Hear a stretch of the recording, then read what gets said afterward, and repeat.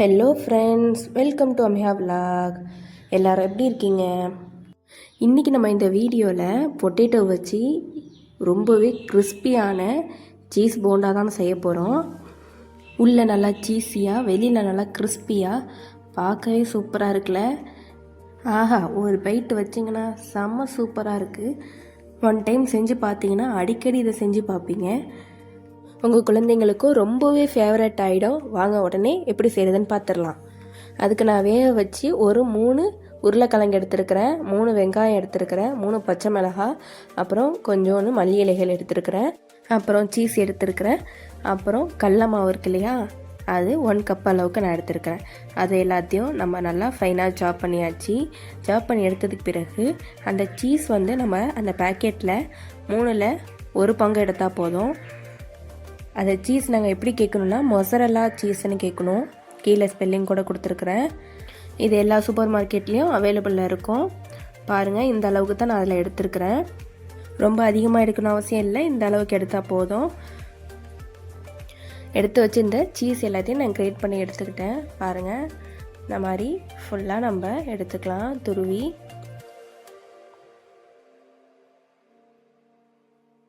ஃபுல்லாக நம்ம அதை துருவி எடுத்தாச்சு. இப்போ இன்க்ரீடியன்ட்ஸ்லாம் என்னென்ன அப்படிங்கிறத பார்த்தாச்சு. அதை எப்படி செய்கிறதுங்க அப்படிங்கிறத பார்ப்போம் வாங்க.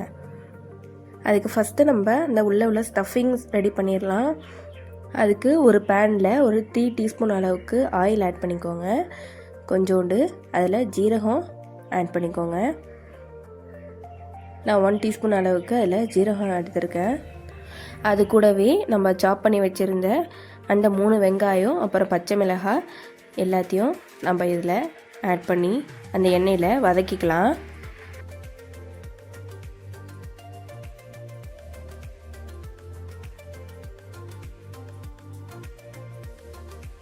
அந்த வெங்காயம் வதங்கிறதுக்கு அது கூடவே நான் உப்பு ஆட் பண்ணியிருக்கேன் 1 டீஸ்பூன்.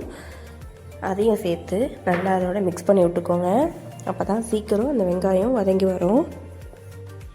உருளைக்கிழங்கு வேக வச்சு எடுத்துருந்தோம் இல்லையா, அதுலேயே நம்ம வேக வைக்கும் போது அந்த தண்ணியில் உப்பு போட்டிருந்தோம். அதனால் உப்பு கொஞ்சம் பார்த்து போட்டுக்கோங்க. வெங்காயம் பச்சை மிளகாலாம் வதங்கினது பிறகு நம்ம அதில் மசாலா ஆட் பண்ணிக்கலாம்.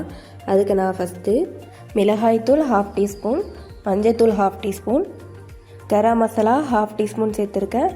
அப்புறம் மிளகு ஜீரகம் 1/2 டீஸ்பூன். நாங்கள் அது சேர்த்து வீட்டில் அரைச்சி வச்சுருப்போம். அதை நான் 1/2 டீஸ்பூன் எடுத்துக்கிட்டேன். ரொம்ப அதிகமாக மசாலா ஆட் பண்ணாலும் அவ்வளோக்கு டேஸ்ட் நல்லா இருக்காது. எல்லாத்துலேயும் ஒரு 1/2 டீஸ்பூன் அளவுக்கு எடுத்தால் போதும்.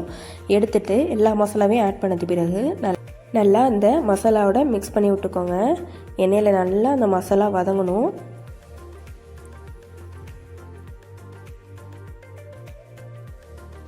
மசாலாவை வெங்காயத்தோடு நல்லா வதங்கினதுக்கு பிறகு நம்ம வேக வச்சு எடுத்து வச்சுருந்தோம் இல்லையா, அந்த உருளைக்கிழங்கை குட்டி குட்டி பீசஸாக கட் பண்ணி வச்சுருந்தோம். அதையும் நம்ம இதில் ஆட் பண்ணிக்கலாம். ஆட் பண்ணிவிட்டு கொஞ்ச நேரம் அந்த மசாலாலையும் அதையும் நல்லா வதக்கி விடுங்க. வதக்கி விட்டதுக்கு பிறகு அதை நல்லா மசிச்சு விடணும். அப்போ தான் அதில் நல்லா செட் ஆகும். நல்லா அந்த உருளைக்கிழங்கை நல்லா எல்லாத்தோட சேர்த்து மசிச்சு விட்டுக்கோங்க. இப்படி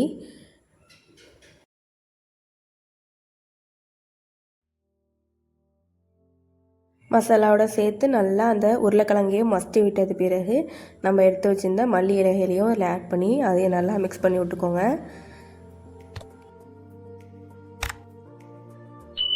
அதுக்கு பிறகு நம்ம துருவி வச்சுருந்தோம் இல்லையா, அந்த சீஸை இதில் ஆட் பண்ணிக்கலாம்.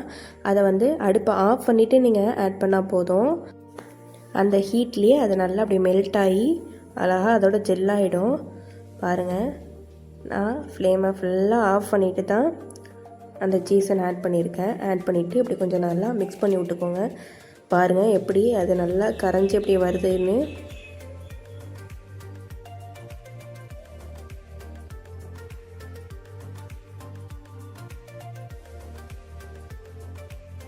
பாருங்கள், நல்லா அந்த உருளைக்கிழங்கு மசாலாவோட அந்த சீஸு நல்லா மெல்ட் ஆகி நல்லா சீஸியாக சூப்பராக வந்துடுச்சு. பாருங்கள், அவ்வளோதான், நமக்கு ஸ்டஃபிங் ரெடி ஆகிடுச்சு. இதை கொஞ்சம் நேரம் ஆற விட்டுட்டு அதுக்கு அவுட்டர் லேயர் எப்படி செய்கிறதுன்னு பார்ப்போம். நம்ம கடல மாவு எடுத்து வச்சுருந்தோம் இல்லையா, அதில் ஒரு 1 டீஸ்பூன் அளவுக்கு உப்பு, அப்புறம் 1/2 டீஸ்பூன் சோடா உப்பு ஆட் பண்ணியிருக்கேன். ரெண்டத்தையும் ஃபஸ்ட்டு மிக்ஸ் பண்ணி விட்டுக்கோங்க.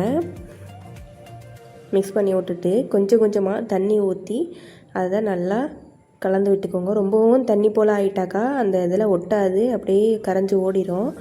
அதனால் கொஞ்சம் கொஞ்சமாக தண்ணி ஊற்றி இப்படி நல்லா அதை மிக்ஸ் பண்ணி விட்டுக்கோங்க. கட்டி இல்லாமல் அதை மிக்ஸ் பண்ணி விட்டுக்கணும். தண்ணி நமக்கு மாவில் கூட போயிடுச்சுன்னா நமக்கு அந்த எண்ணெய் உறிஞ்சிரும். அதனால் பார்த்து தண்ணியை மட்டும் ஆட் பண்ணிக்கோங்க. பாருங்கள், இந்த ஸ்டேஜ் அளவுக்கு வர அளவுக்கு நீங்கள் மாவை கலந்து எடுத்துக்கோங்க. அவ்வளோதான், நமக்கு அவுட்டருக்கு மாவு ரெடி ஆகிடுச்சு. இப்போ அந்த ஸ்டஃபிங்கு ஆற வச்சாச்சு. கொஞ்சம் ஆறுனதுக்கு பிறகு இப்படி குட்டி குட்டி பால்ஸாக நம்ம அதை போட்டுக்கலாம். பாருங்கள், இப்படி நல்லா ப்ரெஸ் பண்ணி விட்டு சின்ன சின்ன பீஸாக இருந்தால் போதும். உங்களுக்கு வேணும்னா கொஞ்சம் பெருசாக கூட அதை போட்டுக்கலாம். இந்த மாதிரி எல்லாத்தையும் குட்டி குட்டி பால்ஸாக போட்டு எடுத்து வச்சுக்கோங்க.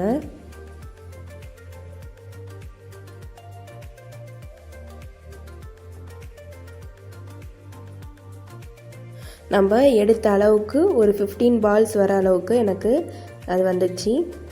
எல்லாத்தையும் நான் அப்படி சேமாக எல்லாத்தையும் குட்டி குட்டி பால்ஸாக நான் எடுத்துக்கிட்டேன்.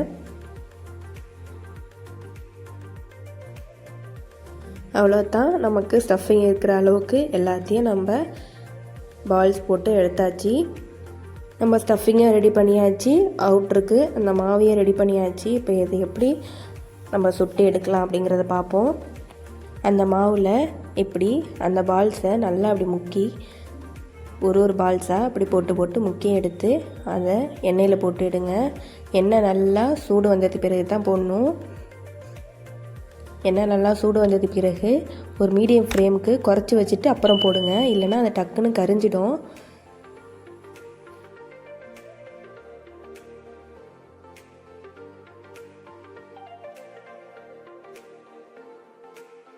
எல்லாத்தையும் அந்த மாவில் முக்கி முக்கி இந்த மாதிரி போட்டாச்சு எண்ணெயில்.